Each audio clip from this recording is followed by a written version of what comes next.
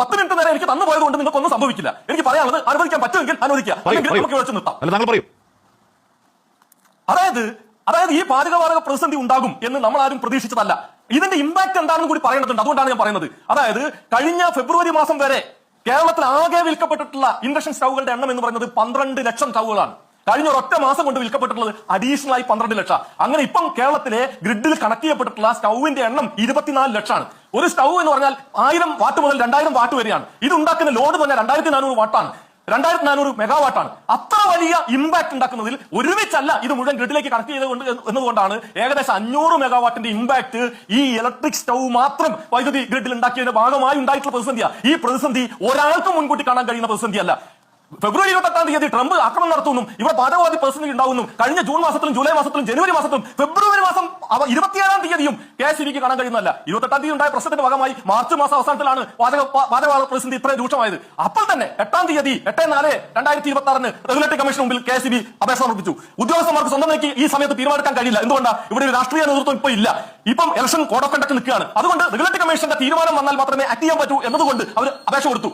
അപേക്ഷയിൽ തീരുമാനം 26-ാം തീയതിയാണ്. ഇപ്പം ഇന്ന് അത് ഡയമണ്ട് ഹെഡ് മാർക്കറ്റിൽ നിന്ന് പർച്ചേസ് ചെയ്തുകൊണ്ട് ആ പ്രശ്നം പരിഹരിക്കാനുള്ള ശ്രമം നടത്തുന്നു. അപ്പം ഒരു പ്രതിസന്ധി നിപ്പ പോലെ, കോവിഡ് പോലെ, പ്രളയം പോലെ പെട്ടെന്ന് നമുക്ക് മുൻകൂട്ടി പ്രവചിക്കാൻ കഴിയാത്ത ഒരു പ്രതിസന്ധി ഉണ്ടാകുമ്പോൾ ഇതിന്റെ മുകളിൽ കഥാപ്രസംഗം നടത്തി ആളുകൾ പരിഭ്രാന്തരാക്കുക അല്ല വേണ്ടത്. ഇവിടെ ഇത്രയും EVS ചാർജിനുള്ള കാര്യം അറിയാം, ഇത്രയും AC ഉള്ള കാര്യം അറിയാം, ഇത്രയും BPL വീടുകൾ AC ഉള്ള കാര്യം അറിയാം, കൺസംഷൻ പാറ്റേൺ അറിയാം. 3 മാസത്തെ ഷോർട്ട് ടൈം പർച്ചേസ് അടക്കം ചെയ്യാമായിരുന്നു. ഒന്നും ചെയ്യാതെ കഥാപ്രസംഗം അധിക്ഷേപിക്കല്ലേ സാറേ?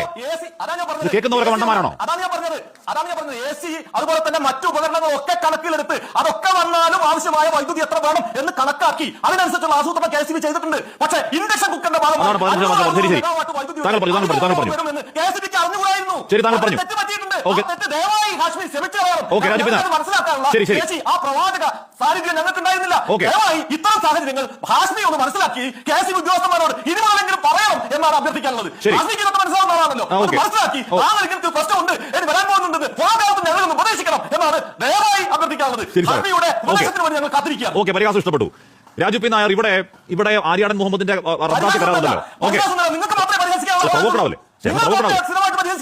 അങ്ങ് പ്രവോക്കണാവില്ലേ?